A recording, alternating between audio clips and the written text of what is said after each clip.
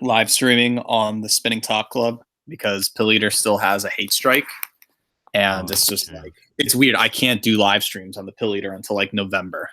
Until then, that I think YouTube staff is like looking at that count if I say hate speech, but I just think it's like stupid stuff and Yeah. particularly trolls that flag me. So it's basically I have just an account just to put up streams or just even Google Hangout, not even streams, just to Google Hangout. It's obnoxious. Yeah, well, it's positive provisions because if they're against you, then you must be doing something right. Well, yeah, and so like everyone else is on YouTube. I mean, So how's the Lost Durations live streams going? I've actually attended a few via the comment section. It's actually pretty good stuff. Well, again, I have you been listening the last week or last few weeks of it? Yeah. I mean also there's the Minority Report, which started on Saturday. Yeah. I couldn't attend that because of girlfriends, and I might probably do it this Saturday unless I have another date. But for sure, this Thursday we're going to be on Nico's and Shane's show for the half a month. So yeah, and it's just Lost Your. It was interesting when you had on Southern Dingo. That was interesting. Southern Dingo is funny, but yeah, he's funny, but like he's a loose cannon for no good reason. I mean, he's one of those my way or highway kind of guys, and he got completely and utterly demolished by Culture Thug. I've not. Like, that was an ass rape that needed to happen. I didn't see that. Tell me about it. Oh, and I had a conversation with Dingo a while back. We did not get along. He's just a hothead for no good reason. Like shock jock. Like, he doesn't show his identity, but he's okay with like shock jock stuff, like saying anything from. But it's just like, would you say this if you were to reveal your face? That's a whole nother issue. You see, here's the thing though. I tend to be more passive on the internet, because on the internet I know it's a lot more correlated, and there's actually a bigger algorithm that the Juden have implemented. Whereas in real life, it's a little bit tricky, or it's a different situation, because you might run into people and you want to appeal to them. So I'm also passive and real. I gotta hide my power level essentially. Whereas some other dudes, they let their power level out because that's all they have. Whereas for me, it's a bit bigger. So, and I have to hide my power level. I think I do a pretty good job hiding it, because I come across as passive, which is very good. That's what I want.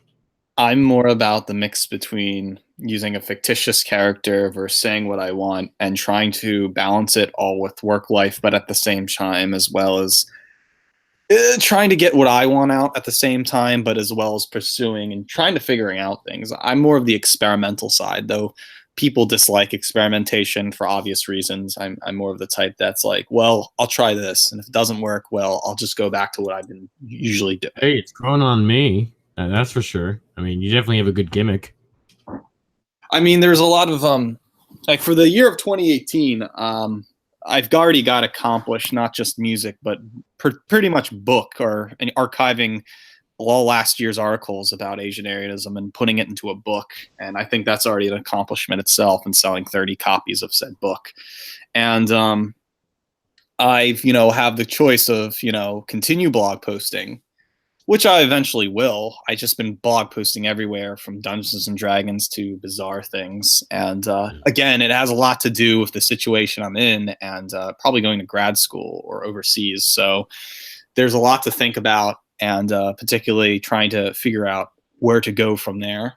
And I don't know. It's more like it's just the storm is right. The storm, it's calm before the storm. What I can say, we're in a period where the alt-right has pretty much hurt itself so much that it went back underground, but at the same time, something new will arise from it. And I can only say that, and that's going to be next election. Whether I think that year might be 2020. I'm thinking not 2019. It's going to be 2020. That's what I think it's going to be 2019 and 2020. And the reason why is because when did the alt-right rise? The excitement of the election. Yeah. Oh, yeah. And we're technically in peacetime right now. And obviously, the alt-right is clearly a reactionary movement. Whether that's a good thing or a bad thing, it clearly worked in our favor. But ultimately, something new is going to have to rise, and something a lot more, I guess you could say, idealistically pragmatic, not just idealistic. because we were just idealists. Now we're gonna have to become more pragmatic, but we shouldn't abandon that idealistic charm or mantra. And also, the alt right's gonna have to experiment with new ideas because I think Culture Thug brought this up. Not that Culture Thug is great on everything. I mean, even he admitted that he's kind of a dumbass, but but he is right about this one thing: is that there's nothing really different between the 2.0. If you were in the 1.0 like I was, there's actually not much of a difference. It's just that the 2.0 are younger and they're a bit more savvy with the internet. Other than that, they're saying the same shit that the 1.0 were saying. Well, it's kind of the alt-right's going to have to evolve into something better because I'm not trying to diss all the 1.0 guys. I love a lot of them, no homo. But, dude, there's a reason why they didn't get anywhere. There's a reason for that. And it's like, here's the thing. It's like, it's not just 1.0. It's more like this arrogant attitude of like, at first when Heelgate happened with Richard Spencer, it was more like this irony thing where it was like, oh, hail Trump. But it's ironic, right? It's not like I literally mean that. And then also the irony made sincere. And now it reverted back to the 1.0 mentality because, oh, I guess race war now and killing brown people is the way to go, which sounds almost insane in itself. Yeah, not even bad quality brown people, but good quality ones. And I'm like, oh my god, because it can be easily debunked, just the ideology, but the fact that the people are going back to that. I'm not saying, oh, you can't have racialism or you can't have racial jokes or go after bad quality nogs, spics, and even whites, crackers, butter stinkers. I don't care about that level. But if you're talking about innocent people, dude. Then how are we better than the capitalists? How are we better than the communists? Or I guess you could say zoggers, right? How are we better than them? I've said this before with Shark. I told this to Patrick. I said it's most of the people that are in the alt right now are from the Midwest. Like they're just like they're not from NYC. They're not in California. They're not in liberal places of quote unquote cosmopolitan where the action is, which you're supposed to do. They're in isolated places like Kansas. They work their day-to-day job at a 7-Eleven and they realize there's no hope because there's too much paying for their health care and like rent, not even a house. Yeah. And they think it's just going to be like that. And therefore a type of nationalism around the state of Kansas is somehow going to move forward when it's just a part of nihilism. And so it's the ironic exploitation of Whereas when you kind of live around a more urban area, or what I live in Vero Beach, so it's kind of a mix between urban but at the same time rural. It's just in between. It's a small city. And I'm more of an urbanite. But once you live around this area and you kind of live a young life and you're still active even in this world, you tend to view your politics differently from a lot of other dudes who just have no hope. I'm like, we live in a dystopia, but you're good at living when you can turn a dystopia into a seemingly fit society or kind of a utopia, meaning you organize your own individual life superbly. And I get it. This is an idiosyncrasy. I get it. Like, not everybody can do this. But when you organize your life to a point where you live that ideal life, even in this society, in my opinion, that's a lot more than what many of the people in this movement are doing, because you organize, you can start businesses, and then you can raise money. Because if you don't have money in this world, I guess you could say extrapolate, your political views, dude, guess what? You're not going to go anywhere. And you got to organize, you got to get people together, you got to make social hubs, right? I mean, yeah. It's just like the part about business. It's like, it's kind of weird because you mentioned being against capitalism, and I'm kind of critical as well against capitalism. Not too much. I don't want to come across as like some socialist. I'm just saying the contemporary capitalist system and the contemporary socialist system. That's because capitalism, whether you're socialist or anti-socialist, the point is that our economy is so up and down, or kind of too niche, that the normal average person like can't afford to live in the economy unless they have a trust fund of a few hundred thousand lying around or something, where the winner of the game becomes obvious. You have the most money. And then today starting a business is like it's cutthroat, because like it is true, you have to start it, but once you have your private empire, you can pretty much do whatever you like, because the government's for that. But at the same time, it's like there's so much where you can have a business and work within, America, but then be like pro-socialist or like be white nationalist or something like that. And My point is, I mean, I'm trying to get my real estate license, right? And I'm close to getting it. And with the business I'm working with, we're gonna hit the jackpot soon. Because we do business. yeah, Like we're really doing good business with some really important real people. estate's So really I'll have money soon. And I don't see the point in going off on a necessary bandwagon. Not that I don't go off the rails, or it seems like I'm off the rails when I'm really not. It's still under control. But I do it. You should do it in a controlled way, an ultimately positive way, because that just makes more sense to me than going out and calling out a race mixer, right? It just makes more sense to do that, you know. yeah. But then again, I go at like the whole anti-race mixing stuff. I had a conversation about this. One, I don't really consider Eurasians mixing or Asians and whites mixing, what have you, to be the race mixing that I'm referring to. Lost Eurasians position. It's just believing that the Eurasianists are not a race mix mutt people. They're now defined as its own people and therefore should have the right to self-determination as that. And if you join the side, you should have all in favor of going forth with that. And, don't put more brown people into something that's going to mess things up like what liberal society wants. Yeah, but my position is this, and here's an interesting theory that I have, and many have it too. You know how you can make a chocolate cake without using chocolate? How do you do that? I mean, there's different ways. I mean, like chocolate, you obviously use cocoa and what have you, and there's different ingredients. There's various ways you can make like chocolate cake or without chocolate, or you can make ice cream without using milk. You could do that. And I view Asians as the same way. Sure, they're not white, technically, but they have the same functions of white people. The function's the same. So it's basically creating the same thing. It's just different ingredients. And that's how I view Eurasianism. So in that sense, we're basically the same race. We're Eurasians. I mean, that's just how I view it. But at the same time, we can respect common sense differences. Like, obviously, the Japanese have their own identity. Obviously, Italians have their own identity. Obviously, Kyrgyz have their own identity, and what have you, right? And that should be maintained. But there's ultimately a greater Eurasian identity, and I've noticed this because it's the same function. And of course, amongst Europeanism and Asianism. One Korean feminist by the name of Jennifer Suzuki. I kind of reference this all the time. In her one book, Confessions of a Submissive East Asian Woman, she said that instead of using the term Eurasianist, use the term white, because the irony is the new white race would be Eurasianist, but the arrogance or the type of thinking that liberals call everything that's normative and cisgendered, quote unquote, white, and they want to change the definition of white. And then eventually what happens is you do create Eurasianism, but you create this kind of cowardly, cucked soy boy type of white people who are Eurasian, but still consider themselves white.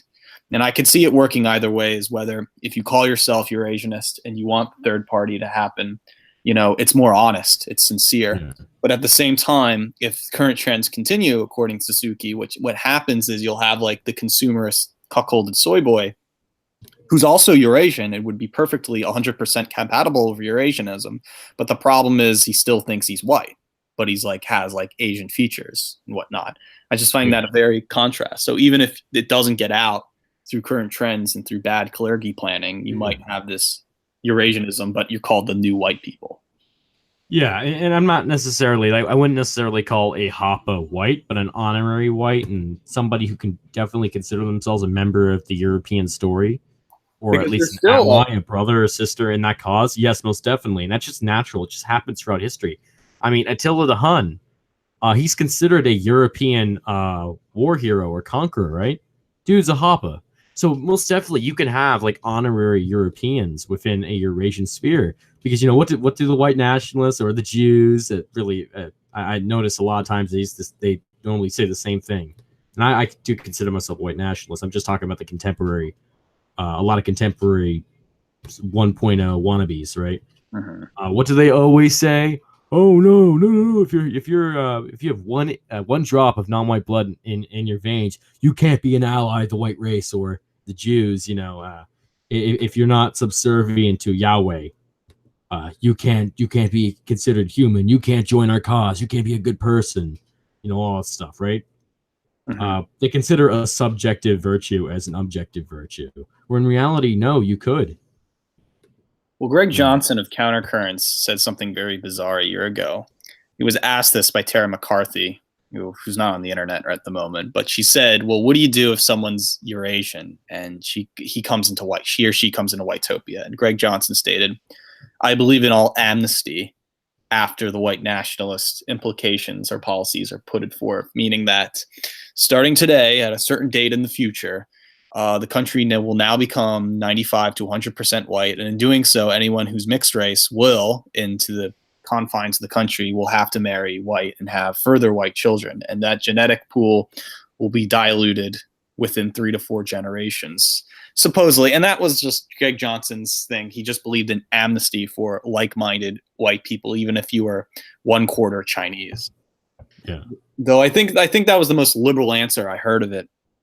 But Even then, I wouldn't even go with that. I mean, I think it's a little bit more harsh towards. I think that'd make self-hating non-whites become apparent and become a thing and cherished. When in yeah, reality, they should be hated on. that's why you would, if you're for human biodiversity and ethno-nationalism, you would say, well, there would have to be Chinatown, neo-Nazi land, or there would actually be the size of Delaware, Eurasianist country. That would be the only, it would be the only way. Or just like a Dutch Shima or like a Rhineland type situation where you do have some exceptions, and obviously they provide towards whatever race the nation, the hosting nation they're in, acquires and sees as the national race, right, or ethnicity. So obviously they can provide, but at the same time they can maintain their own ethnic solidarity and their own ethnic preservation. But at the same time, they got to provide towards the already existing dominant race or dominant culture, dominant ethnicity. You get the idea, This is interesting, but the only time, a Eurasian girl particularly told me, she had a white husband. She once told me, why does it matter? Why should identity politics be an issue? It shouldn't matter who you are. And then at the same time, it's like, well, if you have this example, she just wants to be white. And to the standard of the liberal world, being white means being universal. But we all know being white means being European. And so again, it works either way. The dominant race is white. You're Eurasian. You want to be a part of, it's not universalism. It's not like everyone's an NPC, individualist consumer. Yeah. No, it's literally our race is white and you are white. You might disagree with that because, but eventually, we have truth on our side because eventually you are Eurasianist and you want to be. Well, it's not just wanting to be white. I mean, it's really both sided, really, because you see a lot of whites again in Eurasian circle. Obviously, they like to maintain their, Faustian spirit, whiteness, that European-esque sort of Sweppel culture. They want to maintain that, but they also want to maintain or look into a more Asian-esque culture, Hakuichio and what have you, and even go further via India or even Central Eurasia, Manas Maktal and those things. And when people look into that, and Asians do the same thing, Hapas do the same thing, you tend to realize that this is not like Jamaican culture. This is not like subscribing to Azteca Mexican culture or Semitic culture. This is something that seems awfully familiar or arousingly familiar and ultimately at home. Mm-hmm. So, and that's what I've noticed. So yes, okay, there are different races, but at the same time, they act as one. So it's a heterogeneous system that acts like a homogeneous system. And that's what I think makes Eurasianism stand out. It's also, it's just weird because at the same time, it's like, it's weird because one of the issues I've been thinking about as well is is that it's hard to get this message across, for people who are ethno-nationalist or in human biodiversity, because again, what you just said, it's like people only want to be in one mono race. And for people who are half-seas or quarteries, they either have to choose a side or, have a third position. And I've always thought that, I'm actually, the best thing I've been learning about, and understanding what's really happening is like, if you just watch like today's modern commercials, or movies or anything music. It's as if in 2018 compared to 1998, in 2018, you see a lot more like brown people. I know it sounds weird. It's not black. I would say like brown, but it's mostly black acting white. But it seems to be that they have brown skin. Yeah. At the current moment, are the liberal elite or some like what the institutions want is some brown person acting white or something like that. And I always felt that was kind of, for a period, I think it was like, a few years ago. It was like the Bill Cosby era. I mean, where black people were trying to act white or trying to act within the Harlem Renaissance type tier stuff. Yeah, it's like mulatto futurism, as TSR calls it. Yeah. And the thing is, if only they would have went down that path. I mean, like that would have been great for the black community, non-Eurasians, non-whites. If they had a Marcus Garvey leader, and I think there's always been this theory of suppression between like Marcus Garvey, Malcolm X figures, but what I'm worried about at the moment is that it seems to me, I think I'm really starting to believe now the higher institutions and elites actually now are coming on to like the Asian Aryan thing, and they realize that whites and Asians together are a menace. And what I mean by that is that they realize in the multicultural game throughout the 90s and 2000s, late Gen X and early millennials have particularly chose Asian culture over, being Eminem or some Wigger type hip hop. And they're kind of upset about this. And so there's been this whole like overdriveness of not just Black Lives Matter, but like brown media. You just see like this idealized human, again, clergy plan, artificial engineered brown person who has no basis in, again, walking in NYC or California or even Philadelphia. You don't see that. And it seems to me this object they're really trying to instill among millennials. But ironically today, a few days ago, I was at a Quiero Bonito concert, and that's a Eurasianist band. Yeah. What's in the audience? There are no black people. I'm just being straight up. I don't care about what people of color say about this. There was just no blacks. It was just all white guys, Chinese girlfriends, an Asian guy with white girlfriends, and just huddling together from this artsy hipster kind of manufactured thing. But it just doesn't, that you don't see that in like what television or like the mainstream movie. They don't portray that. They try to over exaggerate, this and this is probably why a lot of I would say fellow white nationalists or unhinged uninitiated white nationalists would look at this and assume that blacks, black on white race mixing, they would assume that is the pejorative. In reality, it's Asians and whites. That's right. Yeah, I mean, like you got Southern Dingo. I remember watching the stream, and he kind of touched on that. But even he admitted, and he's a guy that has I don't want to say hard line because I feel like that'd give him a little too much credit. But he's definitely vitriolic against race mixing on all fronts. But even he'll admit that it's most definitely whites and Asians, and the black, white, Mexican, white, or whatever, like tier race mixing. It just doesn't occur as often as many people would think, unless you step foot inside Walmart. If you step foot inside like depressing environments like Walmart, or maybe you go to a flea market, yeah, okay, you'll see definitely more low quality people mixing with mostly low quality people, right?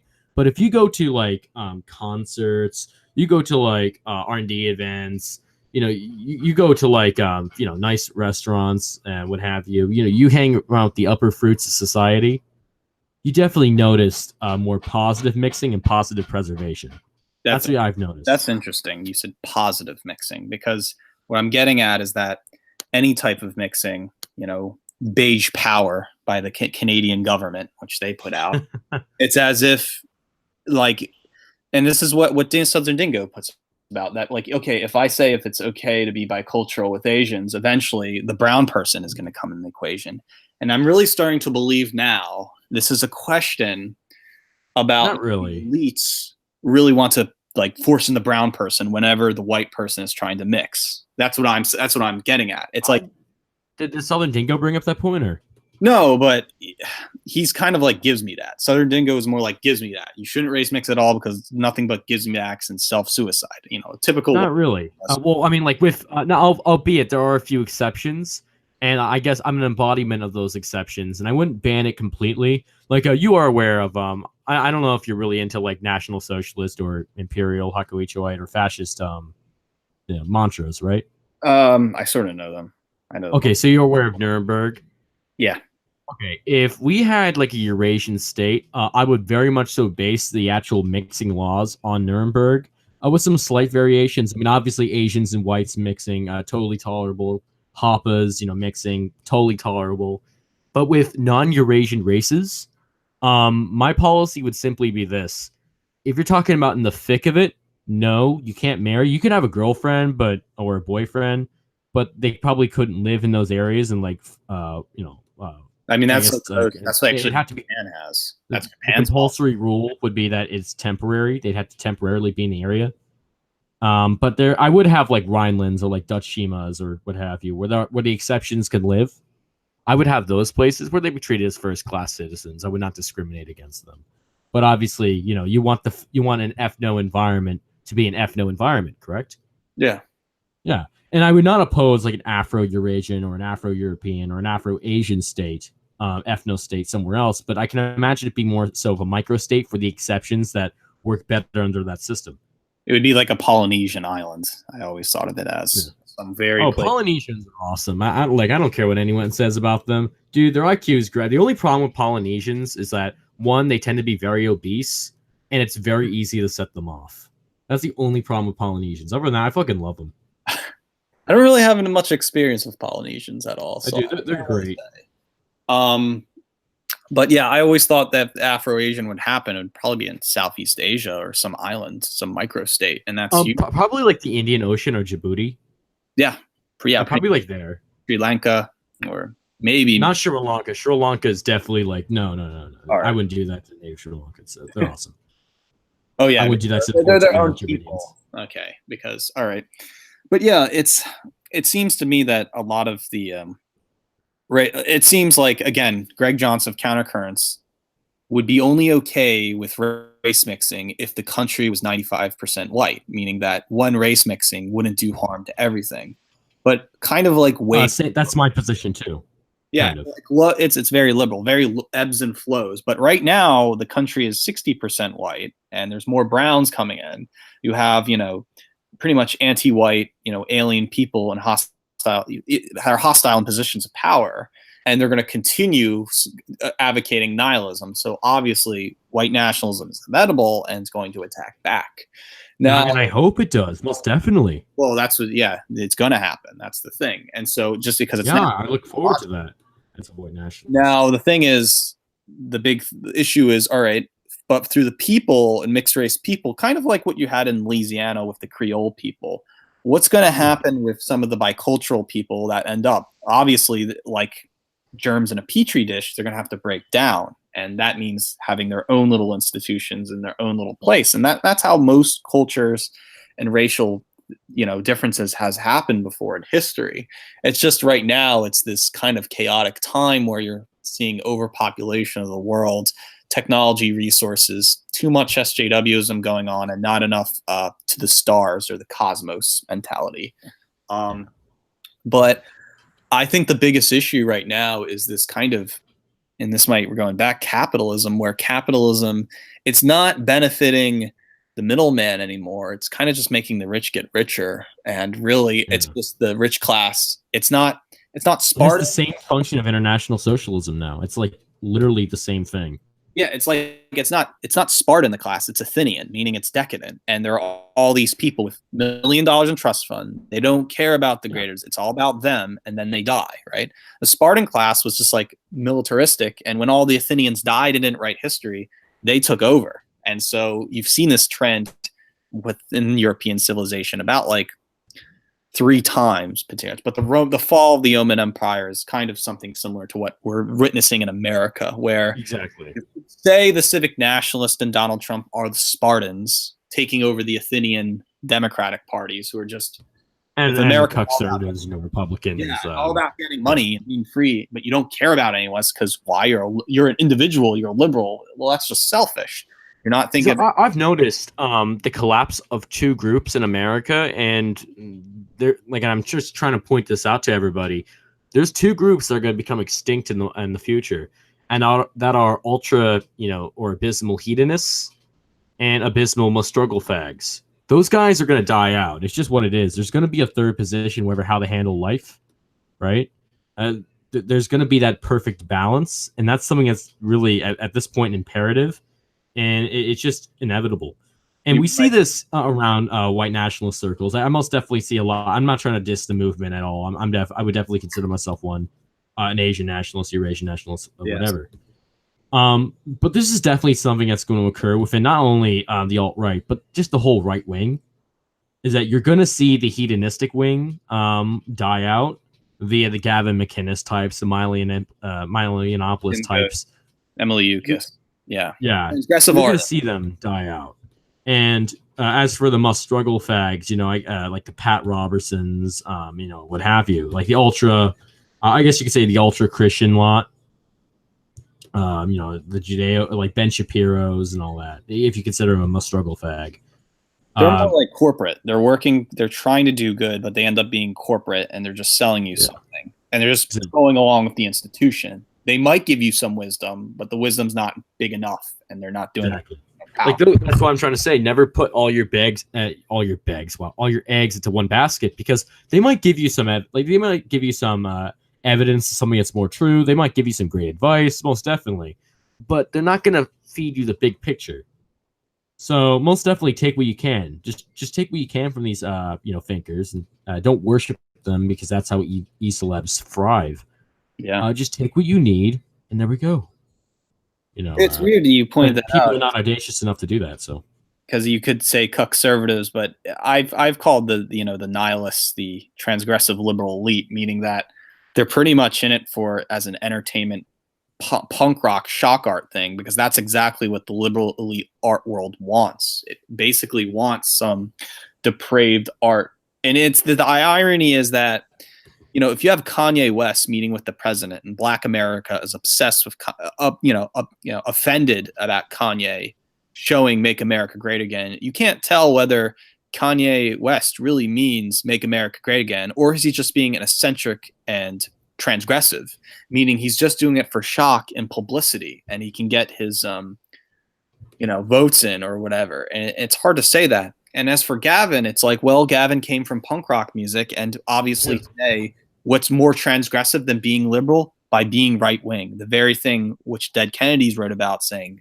"fuck off Nazi punks." Well, he just became a Nazi punk, and so again, it's this weird transgressive thing that the art world and liberalism likes. It's, well, if the normie doesn't understand it, well, you don't understand what being transgressive all about. And yeah, if you have that mentality, you're just going to be a nihilist. And I see this in the art world as well, that you're just in it for a quick cash grab. It's all about yourself, and you're not being, if I can use the right word, forward to, I would say Christian, but I don't know if that's the right word. It's this kind of Judaic, in a way, Judeo. Yeah, it's like it's like a caring for the other side of the world, and I just think most people. And just fraternization, maybe. Like nationalism is for the greater good, and it's always about the greater good, right? But if you're in nationalism because Adolf Hitler, things like that, well, you're just being transgressive, and it's not about that. It's just getting it for shock. Benito Mussolini, which is true. And so if you think about it, you just said there's this transgressive liberal elite where Gavin falls under, and then you have Ben Shapiro falling the conservative. I would add in the third class, and I think the third class would be normie NPC, right? The normie NPC that goes about his daytime job in Altoona, Pennsylvania, shuts up. Well, they're kind of leaning in between. Yeah, I agree with you. And the normie NPC, he may have an Asian wife, which I'm okay with. But the thing is, he's not going to tell his Asian wife to get yellow pilled and talk about like real struggles. He's just going to die. He's just going to have a few Eurasian children. He's not going to lead these Eurasian children nowhere. And meanwhile, our Happa, the evil incel Reddit, is going to say, well, this is why they don't have any future, because they had barren parents. They're half right and they're half wrong. They're half right on the fact that they have cucked parents, but they're half wrong at that they're nihilists and they're incels. And again, this goes with the whole depraved decadence. And I think it's all about saving people, kind of like what the gospel, like Christianity, tries to do, is converting people and proselytization. So if you look at that those three core groups, I think those are kind of the big troubles you might see today, even within the alt-right, because again, the alt-right, on Countercurrents, Greg Johnson, he had an alternative right piece, and it's now admitted that the alt-right was really just, again, these transgressive Gavin McInnes type, McInnes, Jim Goad types that were just in it just for the shock part, just to cause some Hail Trump, Hailgate this thing. And then it really just created an entire disenfranchised, angry people where the media, mainstream media, was right of categorizing such things. And so that's why the alt-right is dead right now. Nobody called that out. Dead, but we're kind of back to stage one. And I don't like that. At the same time, I think it's necessary because there's going to be a second wave. The left, it might not be, I do believe some people are over-exaggerating the second leftist wave that's coming, and it's going to be their...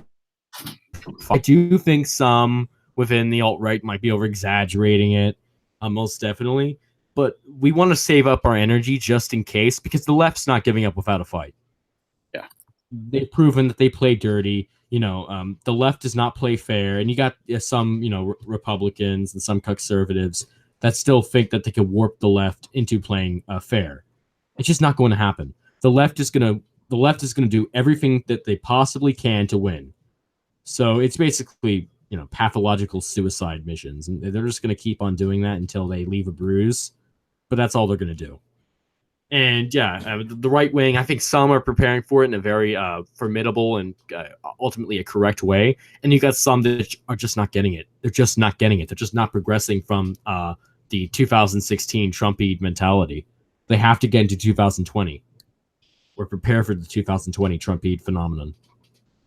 Are you aware of Democratic candidates like Andrew Yang, who basically wants to put in a universal income?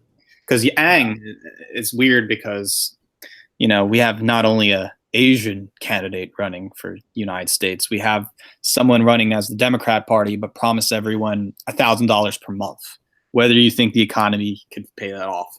Whether if Andrew Yang gets popularity, the point... if done correctly, it could be done, but not by this contemporary system. I would definitely vote against that, even though voting doesn't really count in this country, but it's just popularity, isn't it? To ever get more successful, you would kind of make the Asianization of America, making it more like China. Like where you have this weird socialist nat kind of weird capitalism. But if Andrew Yang, I'm just being science fiction here, if he was to win a seat in the Democratic and kind of runner-up, well, people are attracted to him because it's this weird America turns Chinese in a way, which I find very amusing. Yeah, it's definitely not the Asian country I would try to mimic. Most definitely not. I mean, I like Japan, Thailand, Malaysia, Indonesia, Singapore, Bhutan. Those are definitely Asian countries that I would try to mimic. Taiwan. I wouldn't try to mimic mainland China. But although there is something admirable, because like I'm sure you watch Mama Hoo Hoo. Yeah. The channel. There's something admirable in like the Chinese tier sort of Shanghainese culture or Cantonese, Hong Kong, Macau culture. There's something admirable in that, going out and feel like you're Hapa and native Cantonese friends or Mandarin, what have you. And even your foreign expats, go and get Jean Lombard and go watching a show or something like that. There's something admirable. And at the same time, having patriotism, having propaganda, the sort of fascistic sphere around you. There's something admirable to that. But I do believe that Japan delivers on that. I do believe Thailand delivers on that. And Singapore ultimately delivers on that. And there's such a better model. Via economic and social, whereas the Chinese what? Have a culture created for them, whereas the Taiwanese, I think, have it better. I would definitely go to Taipei over Beijing. That's interesting, the Taiwan question too, because I always worry whether I think Taiwan will definitely survive in the next 100 years, because I always get in fact I think Taiwan might be the up and coming Asian fad in the next 20 years. I mean, right now you have a lot of young Oh people yeah. trying to attach onto South Korea and South Korean culture as a means of saying, "Oh, I'm through with anime. I'm into K-pop now." And you see a lot of Yeah. whether it's from the new Black Panther movie of glorifying South Korea Yeah. or the teaching positions in South Korea, it seems to be a millennial fad right now among South Korean interests. But I think probably in 20, 30, or 40, you might see something of Taiwan happening because, Yeah. again, it's not China. It could be its own Taiwanese people. And Yeah. again, very democratic friendly. I mean, I like well, not so much. I mean, Taiwan. I mean, South Korea. Japan's not really an American puppet. They have their own sphere in Southeast Asia, but South Korea is the literal Asian American puppet state. And I love. I'm not gonna be. I'm gonna be totally honest with you. I love Korean food. I love K dramas and K-pop. I'm definitely into that. But I definitely think idealizing contemporary, the contemporary Korean state, no, South Korean state and China is not a very good idea because people will try to emulate their social and economic ways of doing things, and it's just fallacious. It's a very untenable system, and they're not doing anything. It's like corruption is big in South Korea. It's big in China, well, mainland China. Whereas you got Japan, you have Taiwan, you have Thailand, where it's just not the case at all. They're definitely formidable and really advanced governments, societies. I know it's And I know in the white we will national. see a Taiwan craze in the future. People don't know a lot about Taiwan, but we will see, just the boba culture right there. That's like deeply Taiwanese right there. Yeah, I know in white nationalist circles, they'll always say something bad about the Italians or some kind of sort of first person who brings in a white group like the Irish, and but they call them defective.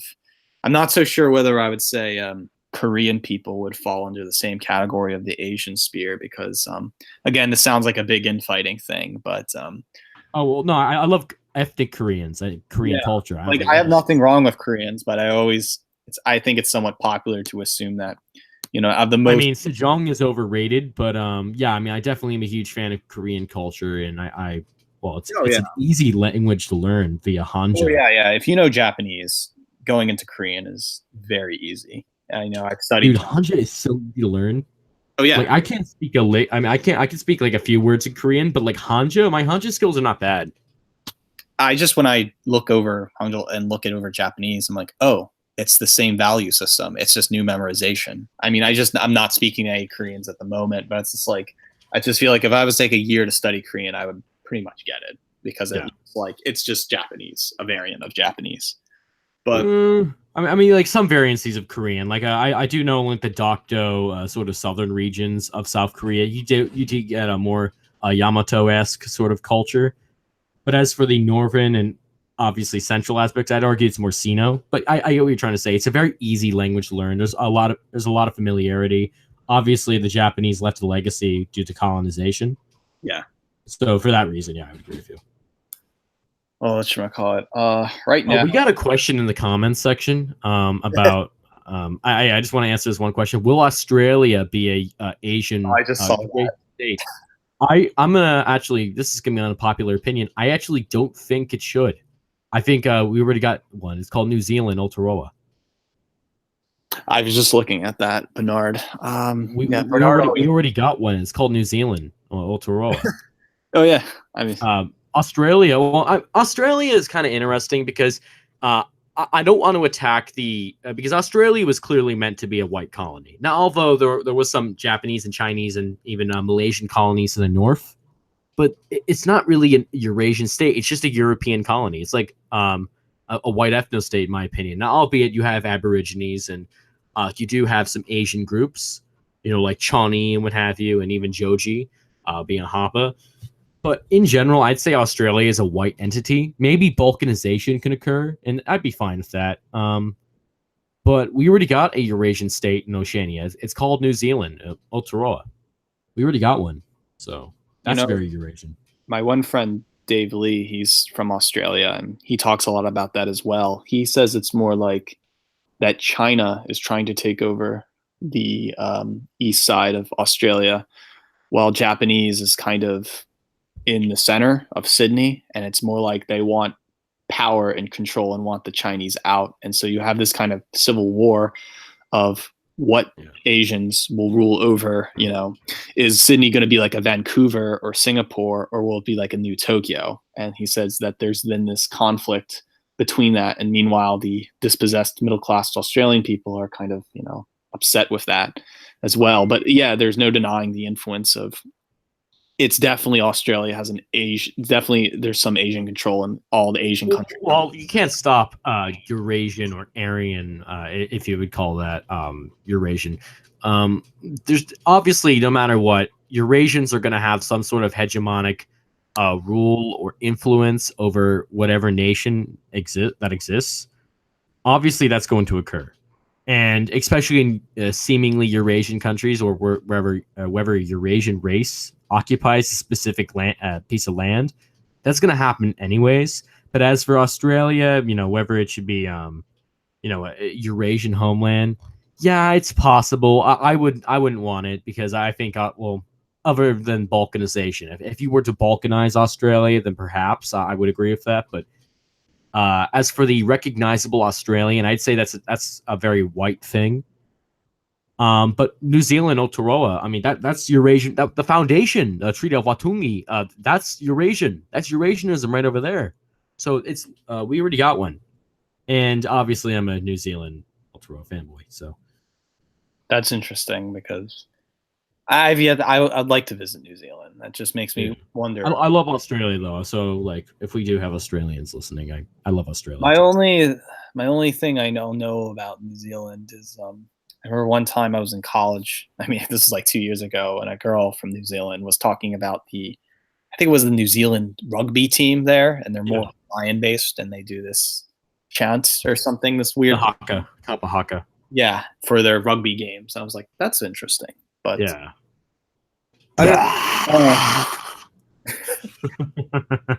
Other than that, I think I gotta get back to work. Actually, it's been an hour. So I gotta. I'll talk to you next time. I'd love to have you on a Lost Eurasians show. Yeah. So I'll make. I would definitely be more ecstatic by then, because this will be a great event tonight. Yeah, I mean, definitely, because if you were on, I mean, I would definitely consider, if you were available like Thursdays or even Saturdays, you could definitely like take over co-host positions when I'm doing it. I'm just saying it, because sometimes I would love to, because I'm just doing podcasts now for shits and giggles. I mean, if you can, like, if there's one night where I'm not available on a Thursday night or Saturday, you could just hop in or something. But I'll remind Shark. I mean, I'm still preparing that hub that we talked about. It's just a lot. There's a lot going on via not just me, but everybody else. And I would like it if we started this hub around election season. I think that would be better. Yeah, in like 5 weeks or like 3 weeks. Basically, yeah. That's where I'd like to get this thing rolling again. So I'm kind of waiting. But most definitely a podcast for shits and giggles. The Lost Eurasians, it seems good. I would definitely like to explain my side, explain my positions, and that many of us have. And if you guys can do that, that'd be phenomenal, and have some Unitarianism. All right. Yeah, totally. So I'll probably talk to you on Thursday or catch up. All right. I'm going to go. See you then. Man.